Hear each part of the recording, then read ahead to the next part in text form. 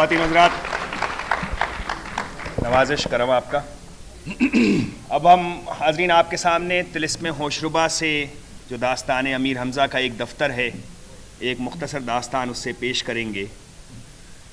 تو آپ جیسا کہ جانتے ہیں کہ داستان امیر حمزہ میں امیر حمزہ کے بارے میں ہے۔ امیر حمزہ جو صاحب قراں کہلاتے ہیں اور وہ جگہ جگہ دنیا بھر میں گھوم کے طرح طرح کے ساحروں سے لڑائی کر کے ہر طرف حق کا بول بالا کرتے ہیں، حق کا پرچم لہراتے ہیں۔ اس وقت جو ان کا مقابلہ ہو رہا ہے وہ جادوگروں کے بادشاہ افراسیاب سے ہو رہا ہے۔ افراسیاب نے ایک بہت بڑا طلسم بنایا ہے۔ طلسم ایک جادوئی دنیا ہوتی ہے، وہ جادو کے زور سے بنتی ہے، وہاں طرح طرح کے بڑے بڑے جادوگر رہتے ہیں۔ افراسیاب نے امیر حمزہ کے پوتے اسد غازی کو قید کر لیا ہے، تو امیر حمزہ کی طرف سے عمر عیار جو عیاروں کا سردار ہے اور عیاروں کا کام ہے بھیس بدل کے، مکر کر کے، دھوکہ دے کے، طرح طرح کی جکتیاں لگا کے ساحروں پہ قابو پانا۔ ساحروں کے پاس جادو کی طاقت ہے، وہ چاہیں جادو کر کے آپ کے ہاتھ پیر ساکن کر دیں، آپ کو زمین سے چپکا دیں، چاہے تو آپ کو مار ڈالیں سحر کر کے۔ عیاروں کے پاس صرف اپنا دماغ ہے اور اس سے وہ کام لیتے ہیں۔ تو عمر عیار اپنی فوج لے کر آیا ہوا ہے وہاں، اور افراسیاب کے جو بڑے بڑے سردار ہیں وہ ایک ایک کر کے اس کا ساتھ چھوڑ کے عمر کے ساتھ ہوتے جاتے ہیں۔ تو عمر عیار کی جو لشکر کی سپہ سالار ہے مہرخ، وہ بھی پہلے افراسیاب کے ساتھ تھی، اب عمر عیار کے ساتھ آ گئی ہے۔ ایسے ہی سرخ منہ، بہار، ہلال سحر افغن اور بڑے بڑے جادوگر اور جادوگرنیاں افراسیاب کا ساتھ چھوڑ کے عمر کے ساتھ ہیں۔ افراسیاب کی ملکہ حیرت جادو ان عیاروں کی فوج سے، مہرخ کی فوج سے مقابلہ کر رہی ہے۔ ساحروں کی جنگ ہوتی ہے، وہ سحر کرتے ہیں، بیچ میں عیار آ جاتے ہیں۔ اس وقت جو ہم داستان سنائیں گے اس میں افراسیاب کی طرف سے ایک بہت بڑی ساحرہ یعنی جادوگرنی سحاب دریا باری کے نام سے جائے گی۔ سحاب دریا باری، سحاب جیسا کہ اس کے نام سے ظاہر ہے، وہ اشک بہاتی ہے تو پانی ایسا برستا ہے کہ سیلاب آ جاتا ہے، اور وہ مقابلہ کرتی ہے ہلال سحر افغن سے۔ پھر وہ ان کے مقابلے میں پھر جیسا کہ ہوتا ہے ہمیشہ حیرت کے جادوگروں کو شکست ہوتی ہے۔ پھر افراسیاب اپنے پیر بھائی کو طلب کرتا ہے، پیر بھائی کی جگہ اس کا استاد حسام جادو آ جاتا ہے افراسیاب کی طرف سے لڑنے کے لیے۔ پھر اس کا مقابلہ بیچ میں برق فرنگی عیار سے ہوتا ہے، اور لڑائی کے بعد جب حسام سب کو قید کر لیتا ہے مہرخ اور عمر کے لشکر کو، تو برق فرنگی وہاں آ کے عیاری کرتا ہے۔ تو حاضرین داستان یہ ہے، میں نے آپ کو سمجھا دی، اب آپ یہ نہ کہیے گا کہ سمجھ نہیں آئی۔ اب باقی جو ہے وہ آپ زبان کا لطف لیجئے کہ کس طرح سے داستان کو پھیلایا گیا ہے، کیونکہ آپ جانتے ہیں کہ طول دینا ہی مزہ ہے قصے۔ بھئی اردو گھر میں شو ہے، کچھ تو آپ بھرم رکھیے اس کا۔ قصے کوتاہ کا طول دینا ہی مزہ ہے قصے کوتاہ کا۔ ورنہ تو دیکھیں بہت چھوٹا سا مختصر سا قصہ ہے کہ ایک راجا تھا، اس کی بیوی کو کوئی اٹھا لے گیا، اس نے اس سے لڑائی کی اور اپنی بیوی کو واپس لے آیا۔ ان 3 جملے کے قصوں کو جو ہے والمیکی نے رامائن کر کے اتنا لمبا کھینچ دیا ہے۔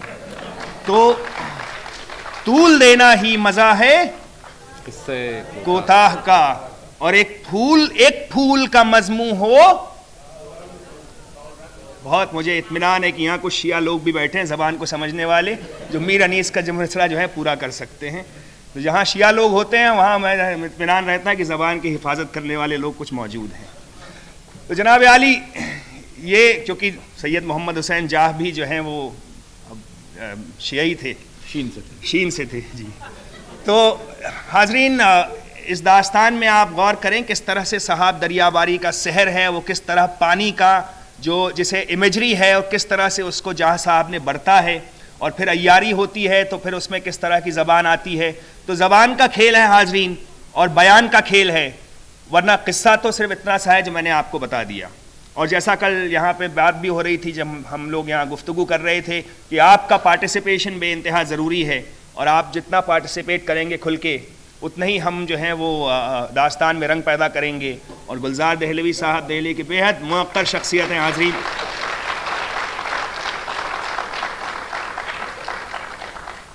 عہد زمانہ کے گزرے ہوئے زمانے کی چیز ہیں، پارینہ چیز ہیں، ہم بہت خوش قسمتی ہماری۔ تو جناب پیش ہے داستان حسام جادو کی، برق فرنگی عیار کی اور افراسیاب کی۔ تو داستان کی شروعات جیسا کہ روایت ہے ساقی نامہ سے۔ تو ساقی ساقی ہمارے ساقی، چوتھا ہے یہ دور پیارے ساقی، کیوں سست ہے کیا فکر تجھے ہے، کیا شیشہ و خم میں ہے نہیں میں، رزاق و رحیم ہے وہ معبود، سب کچھ ہے کرم اس میں موجود، اٹھ شیشہ میں کو بزم میں لا، ہو پیرے مغاں کا بول بالا، اے زینت بزم میں گساراں، دے خضر طریقے باد خاراں، اے مرہمیں زخم جان مجروح، دے میں کہ پھر آئی جسم میں روح، ہوشیار کی فصل گل پھر آئی، بلبل پھر پھر بلبلے باغ چہچہائی، ہے موجے ہوا میں ساز کا تار۔ نغموں سے بھرا ہوا ہے گلزار، ناظرین یہ چیت کا مہینہ ہے، میں آپ کو یاد دلا دوں کہ ہے موجے ہوا میں ساز کا تار، نغموں سے بھرا ہوا ہے گلزار، قمری ہے سرو پہ راگ گاتی، بلبل گل کے سہاگ گاتی، صیاد کا مٹ گیا ہے جنجال، گلشن میں ہر ایک ہے فارغ البال، ہر چند دور یہ نیا ہے، میں خار تو ہاں وہی تیرا ہے، جلسہ وہی بادکش وہی ہیں، جو ہوتے ہیں میں پہ غش وہی ہے، جو بنتے انب کے آشنا ہیں، پابندی شرع سے جدا ہیں، جو بنتے انب کے آشنا ہیں، پابندی شرع سے جدا ہیں، سب ہیں وہی میں کدے میں داخل، میں خانہ وہی ہے محفل، کیا ہوگا جو محتسب خفا ہے، رندوں کا بھی ساقیہ خدا ہے، رندوں کا تو ساقیہ خدا ہے، رندوں کا تو ساقیہ خدا ہے۔ تو حاضرین، گلگونہ کشان عارض شاہد بیان اس طرح فرماتے ہیں کہ جب حیرت اور محرخ کی فوجیں آمنے سامنے تھیں تو حیرت کی طرف سے بہت بڑی ساحرہ سحاب دریا باری اپنا تخت آگے بڑھا کر چلی، سر پر اس کے ایک ابر کا سایہ تھا جس میں جانور خوش فیلیاں کرتے تھے، ساتھ میں اس کے ایک نہر سبز رنگ کے پانی کی اور ایک دریا سرخ رنگ کا بہتا تھا اور بہہ کے غائب ہو جاتا تھا، پانی کے بلبلے جو چھوٹتے تھے گویا صاف شیخی بگھارنے کی گواہی دیتے تھے، آشنائی اس حسین کی جان کی خواستگار ہے، کب عاشق کا بیڑا اس مجدھار کے پار ہوئے، چاہ اس کی انسان کو باولا بناتی، مثل یوسف کنویں جھکاتی، نالا فرصت نہ دیتا، اشکوں کا دریا آنکھوں سے جاری تھا جس میں تمام لشکر محرخ کا ڈوبتا جاتا تھا۔ وہ مغرور حسن جمال جیسے بہار گلستان میں آتی ہے، میدان کارزار میں آئی، اور آتے ہی اس نے موتیوں کی مالا توڑ کر 4 دانے گوہر کے آسمان کے جانب پھینکا اور پکاری، اے ملکہ ہلال سحر افغن، کتنا خوبصورت اور پیارا سحر ہوا ہے، کیا رنگ ڈھنگ تمہاری لڑائی کا ہے، واہ واہ، آخر تم کس شخص کی تعلیم یافتہ ہو کہ جو شہنشاہ ساحران عالم ہے۔ بھائی لڑائی کا مزہ تو برابر والوں سے ہی ہے کہ اس سے ہمسر سے حال بھلے برے کا کھلتا ہے، اب تمہیں کچھ لٹکا، کچھ شوبدہ اور جو کچھ بھی یاد ہو دکھاؤ کہ تمہارے سحر پہ دل میرا لوٹا جاتا ہے، اور اس کے بعد جو میں کردار کروں اسے استادانہ دیکھو اور بچاؤ۔ اس وقت عمر کے لشکر سے ہلال سحر افغن جو مقابلہ کرنے نکلی تھی صحاب دریا باری کا، وہ بولی، ارے بی ذرا ہوش میں آؤ، عقل کے ناخن لو جب مجھ سے شوق دے پوچھنا، یہ جو سب تعریفیں حجب ملیح آپ نے میری نسبت کی ہے، میں کیا ننھی ہوں جو اتنا بھی نہیں سمجھتی؟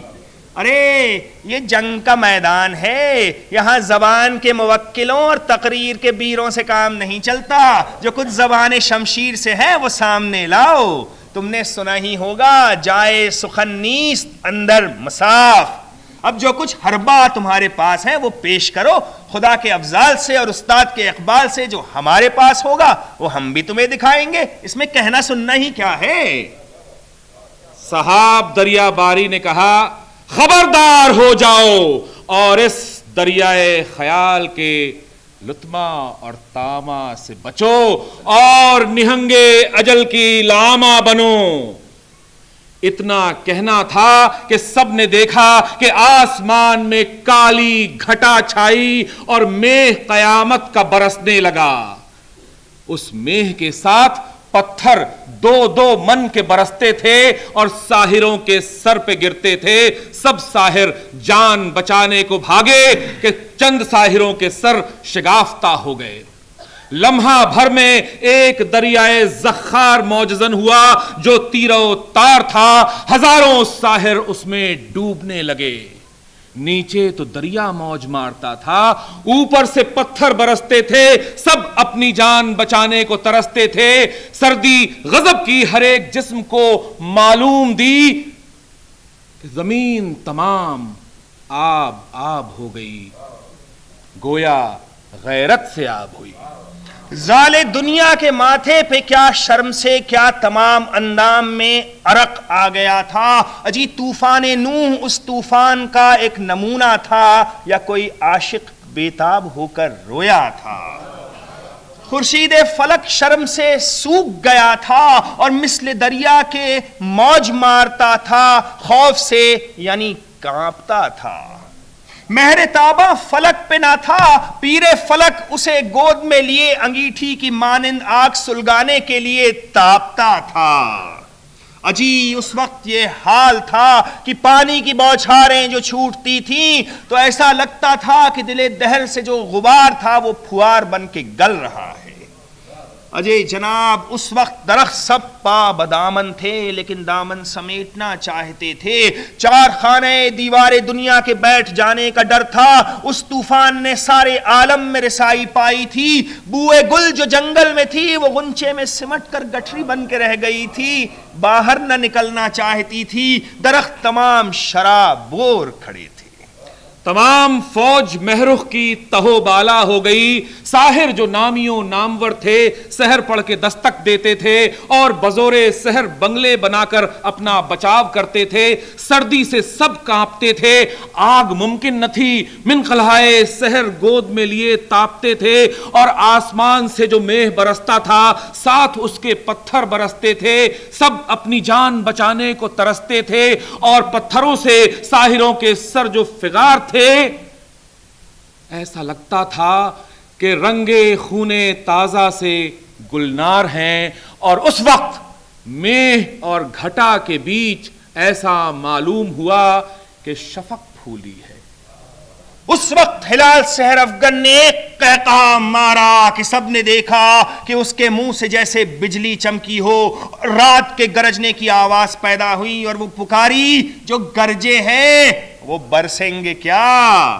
اور میغ کے کھلنے کی یہی علامت ہے کہ گرج جائے اور چمک جائے۔ ارے واہ صاحب دریا باری بھی، تم بھی کن سوکھے گھاٹوں کھڑی ہو، کچھ بے وارے نیارے کا تم سے سحر نہ ہوا، کچھ بھی دار پار کا خیال نہ ہوا۔ ارے اب تمہارے طوفان لشکر اور جہاز پر تباہی آئی۔ اجی طوفان آیا چاہتا ہے کہ بادیان سحر ٹوٹ گئے اور گرداب علم میں تم پھنسی۔ اب تمہاری یہ جو سردی ہے سوا جہنم کے آگ کے کبھی نہ بجھے گی۔ یہ کہہ کر پکاری کہ اے نا خدائے حقیقی، نا خدا امر کے نا خدا، کیا ہماری کشتی حیات ڈوب جائے گی؟ ہلال سحر افغن نے اس وقت اپنے دست نازک سے جانب لشکر حیرت ایک لکیر کھینچ دی، گویا اس قلزم حسن نے ایک نہر بنا دی کہ پانی ادھر کو پلٹ جائے، دریا جو موجزن تھا وہ ادھر کو مڑ جائے، اور یہ خیال کر کے ایک سحر دم کر کے اس لکیر پر گویا ہوئی کہ خود کر راہ درما چیست، جس کی بلا اسی کے سر، آگ جانے لوہار جانے دھونکنے والے کی بلا جانے۔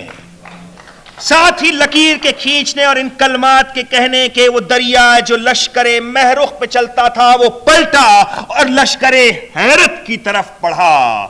عجیب دریا میں تلاتم آیا، پتھر آسمان سے برسنے لگے، عجیب عجیب تیز ہوائیں چلنے لگیں، لشکر حیرت کا خود تلے اوپر ہو گیا۔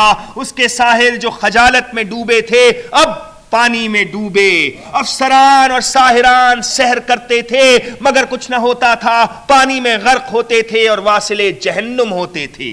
صحاب دریا باری کھڑی رد سحر کرتی تھی، کچھ اثر نہ ہوتا تھا، پانی اس کی چھاتی تک آ گیا تھا۔ اس نے سوچا کہ اگر اب میں نے کچھ نہ کیا تو پانی کا موج آئے گا اور مجھے ڈبا لے گا۔ بس اس نے کچھ خاص اپنی جھولی سے نکالی اور ایسا ڈونگی کی صورت بنا کے سحر پڑھا کہ سچ مچ کی ایک ڈونگی پیدا ہوئی۔ وہ اس ڈونگی پر سوار ہوئی اور بولی، اے ڈونگی مجھے پار لے چل۔ وہ ڈونگی اسے پار لے کر چلی۔ اس نے چاہا کہ ساحل سے ہم کنار ہوں، لیکن ادھر ہلال سحر افغن نے اپنے سحر کو جو زور دیا، دریا طغیانی پر آیا اور پروائی ہوا کے جھونکے وہاں چلنے لگے کہ وہ کشتی مثل گھاس کے تنکے کے اس میں ادھر ادھر ہچکولے کھانے لگی، یہاں تک کہ باد مخالف نے اسے بھنور میں گرایا۔ وہ کشتی سے گری، ساحران مہرخ کے دوڑے، زنجیر سحر سے گرفتار کیا اور اس کی بارگاہ میں لے گئے۔